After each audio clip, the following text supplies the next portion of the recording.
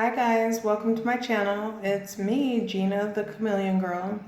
And today, I'm not going to be talking about fashion, makeup, beauty, shopping, whatever. I want to talk about something that is near and dear to my heart. And that is, this video actually is dedicated to anyone that has been sexually assaulted, molested, abused, raped, and etc. Just the list can go on. There's incest that goes on within families, and there's just many things that go on that when you're victimized, you can actually make it through by becoming a survivor. And with that being said, sometimes you have to have a little fight within you to be able to kind of prevail at the end and not feel like I've done something wrong and different things like that. So I'm going to tell you guys my story. So I had went through life and I had never been sexually assaulted, molested, just different things like that, touched inappropriately by my father or my mom. Nothing like that has happened in my lifetime. But what did happen to me when, I was about 38 years old, I went into a store, a beauty supply house here in my town where I live at, and in this beauty supply house, there was no one there except for the person that worked there, and it was a gentleman this day. And with that being said, I didn't think much of it. I just figured, well, the lady who typically is here, she's not here. And I do remember asking him, where's the lady who works here? I'm just trying to get this camera right, and I'm sorry, I know it's probably just boo. But listen closely to this story as the plot thickens. So basically, he went on to tell me that the lady who usually is there, is his wife, and she was out of the country. And, I just went on to begin shopping. And as I'm shopping, I began to feel sick, really sick, just like faint, like I'm getting hot flashes and I'm thinking I'm going to hit the floor or something like that. By this time, I had probably been in the store for about 20 minutes. But something that I noticed that I didn't really take as anything is that every time I asked this man for his assistance, or where is the wigs, or where is the blush, or whatever it may be, I'm just using little analogies, he would touch me on my back to guide me in the direction of these items. And so the next thing you know, he guided me to a chair because I told him, after he asked me, "Are you okay?" I said, "No, I'm feeling sick." And so he guides me to this chair now, and he places one of his hands on one of my arms, the other on I believe it was my side, and leads me to this chair. And he kind of sits me down, not forcefully or anything. Well, at this time I was a much smaller woman, and so he outweighed me probably about 10 pounds, but he still wasn't really forceful. But it could be interpreted that way just because I was in a delicate state with my illness, and then I was so much smaller than him by a certain amount of weight, I guess. Well, anyway, the next thing that happens is that he offers me a bottle of water. At this point, I'm still not catching on, but I'm feeling a little something isn't right. So I accept the offer of the water. He goes to this room and he just comes back within probably 10 seconds with the water, and he offers up the bottle of water. One thing I did do when I went to open the water, I made sure that the seal had not been broken, the perforated line. It was not broken or anything like that. So I began to drink it slowly, and I'm still feeling pretty dizzy and things like that.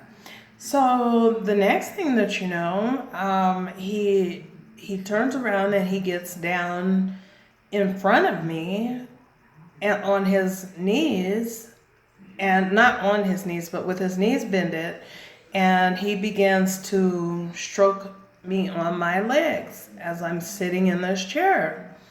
And he starts inching up, up, up, just ever so slow. And it just felt like he was experienced at doing these type of things. And so he started inching up my legs, up my legs, up my legs.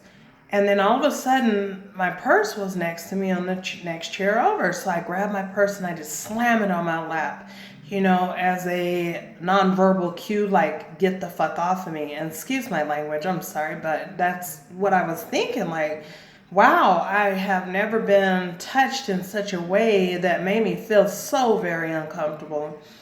And so, after that, I go to get up, but I'm still pretty weak at this time because I had some issues going on. I had recently had a surgery and my blood pressure just wasn't cooperating.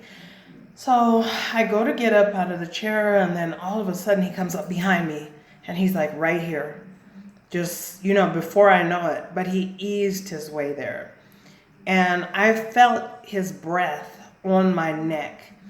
And he grabs me at my rib cage, like right here, and he's holding on to my rib cage, and he's down a little lower, and my breasts are bigger now, but he's probably right here, and he's just inching up, inching his way up, inching his way up, inching, just like, he's so experienced in doing such things. And so then he finally gets to my breast, and his hand was about like that, at the bottom of my breast. And so, at that point, I was like so panicky, and I was so afraid, and I didn't know what to do or think.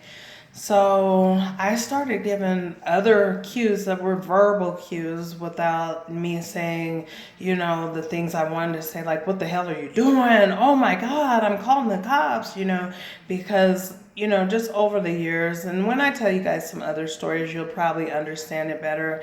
But I have learned how to deal with someone in a way to do reverse psychology per se.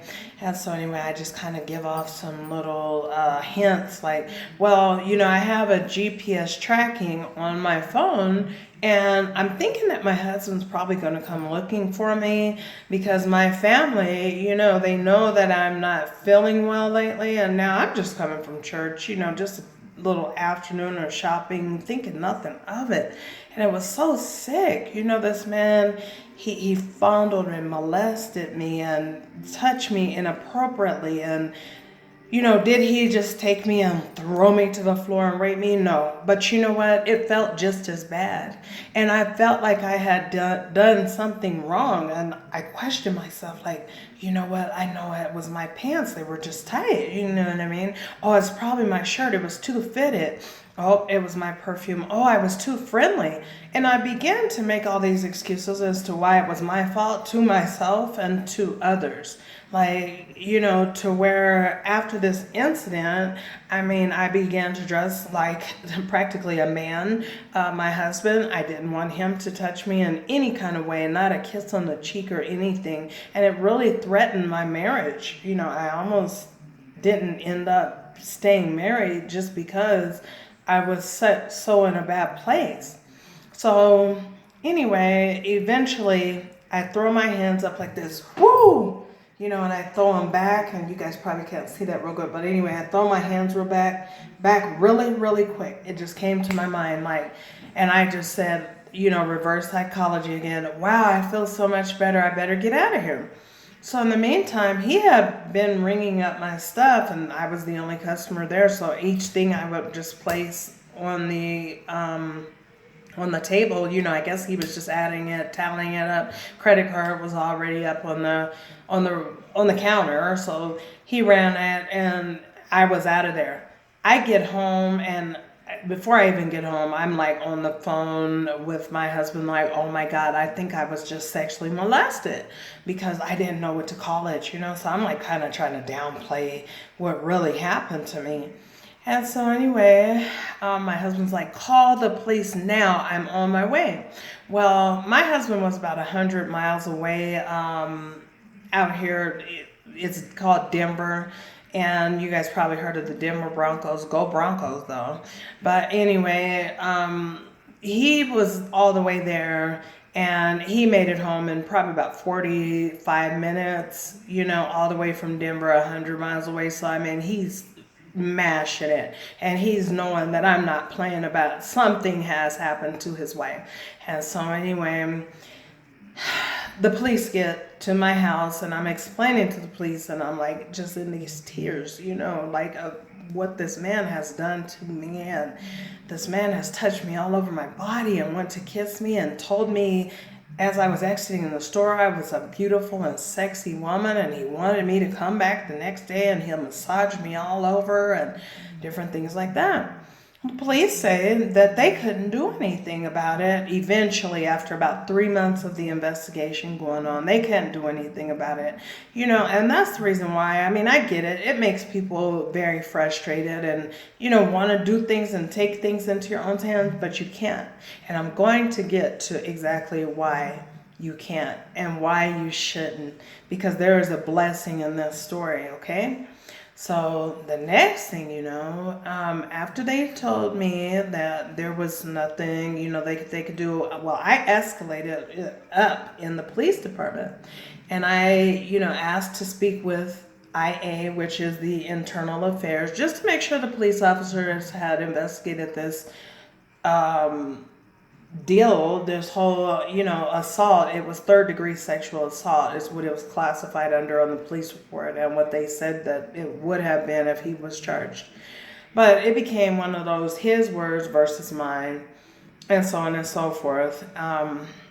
And I thought he had cameras in his store, but what it was is a speaker. It was a speaker, and I just, for some reason, I just thought it was a camera, so I'm insisting. I'm like, yeah, well, he had a camera on there. Please help me. Please, you know, there was a camera in his store. Just take a look back. Just rewind the tape. You know, do something. Help. You know, but they still, you know, couldn't. And I don't think it was that they were refusing to. I would give a lot of credit to them. They probably visited my house 2 or 3 times that evening. And you know, just trying to help me to cope and give me victims' rights type of information. So anyway, going back a little, because I always tell my stories just like all over the place, so stay with me though, okay? It's up to you to do that. So I talked to IA, and Internal Affairs is like, well, you know, basically they investigated, right, but I would have a question for you. This is what the officer said. I said, yes, sir. And he said, was this a massage parlor? And I said, absolutely not. And he said, take him to court civilly. He said, do that. Take him to court civilly. And so anyway, I have pondered the ideal, and I just, the courage, you know, just to even speak about it, you know, even to this day, it was like, it was hard on me. It was very rough, you know, and the next thing you know, I just one day just got the courage, and it was like last year, so April of 2016, that I just went down there. I just stuck my chest out and just filed the paperwork to sue him in court. What I was hoping would happen is that he would agree to go on Judge Mathis, because I wanted this man exposed. You know, it was beyond money. It was the principle. And I wanted people to know and understand that this happens. This is real. People are being raped and sexually assaulted by people they know that they don't know, and you know, it's real. And I say people because sometimes people refuse or neglect to realize that even men can be sexually assaulted and molested, you know, and different little boys and girls, you know, it just is not women. So I'm not going to just say it's just women who this happens to, but well, nonetheless, I did call Judge Mathis his show after I had filed the paperwork, and Judge Mathis was interested in the case, or his staff, should I say. So someone called me back, one of his producers, and they were willing to, take on the case, but they said that the man who did this whole thing to me, he would have to agree to go on their show. So, of course, he just kind of wouldn't agree to it, and so have you. And so I just decided, okay, well, I'm not going to drop it, and we're still going to court.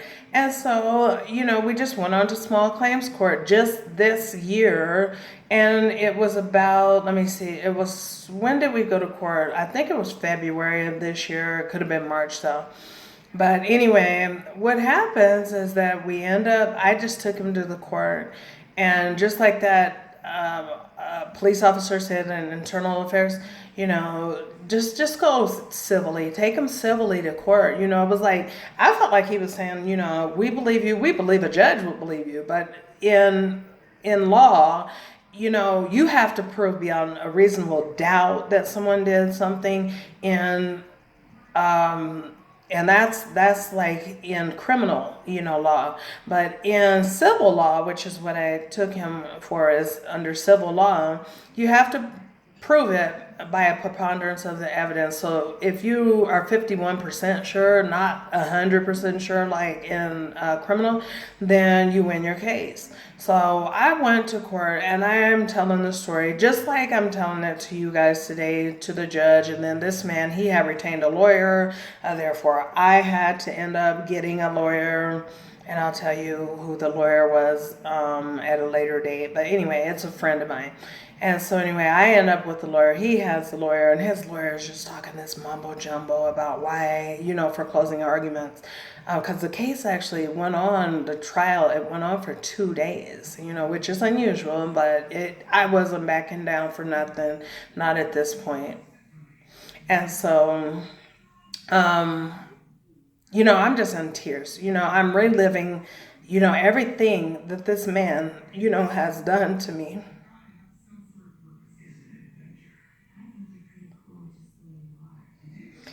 And that he had done to my family. And, it was just getting pretty bad, just having to testify about it again, over and over, the same story. So, this is heavy on my heart, though, guys. And, I don't mean to be like a crybaby or anything, but it's just something that I now understand why people are ashamed, and they feel ashamed of themselves when things like this happen. Because you think you did something, and you're embarrassed. You're so embarrassed, you don't want anybody to know, and if it's up to you, you don't tell, but I couldn't do it anymore. So anyway, I went ahead and I forged through, and I took his ass to court. And at the end of it all, he got up there and he just lied, on the stand, and he just lied about the whole entire story. And basically, if it was his way, I guess he would have said, hey, I came on to him, or I wanted him, I don't know.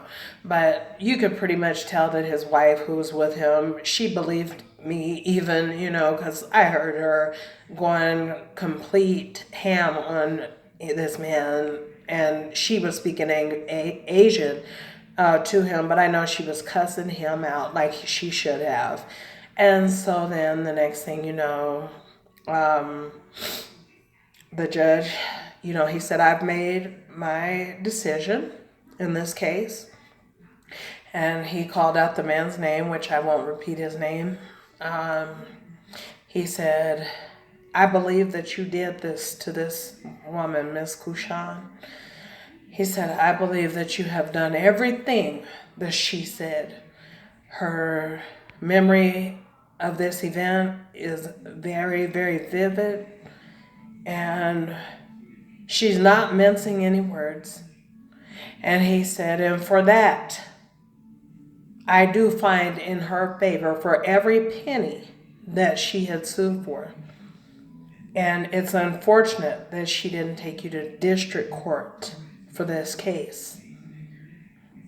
And then the judge looked at me and he said, ma'am, he said, I want you to get back to your life. You have a strong support system. You have a wonderful family here with you. He said, I want you to get your life back.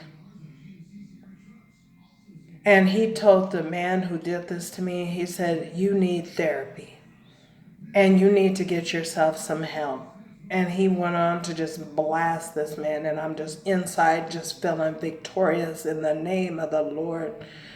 And it was just a miracle that it was finally over. And what I later went on to find out is that because this man got up in civil court, that now it's more likely than not that he will be prosecuted because he testified under oath and he lied. He lied through his teeth. And so now I spend my days calling down to the DA's office, trying to get them to pursue charges against this man. You know, it was never about the money for me. It was the principle.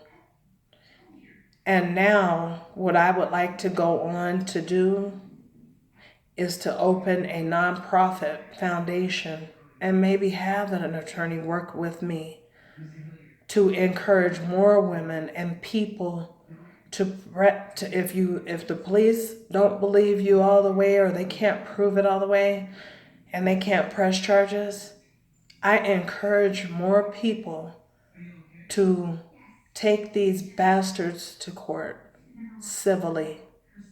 If you can't kick them in the nuts, you kick them in the pockets, because you damn well better know every penny that judge ordered that man to pay me.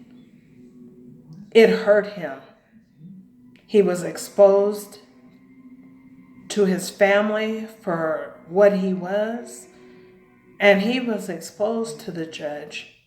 And just for someone to be able to say, I believe you did it, that holds a high office in the courts, was victory. And is the beginning of my healing. And let it be yours. Please subscribe to my channel. And if you have any other questions about this, feel free to comment. Thank you, and God bless your lives.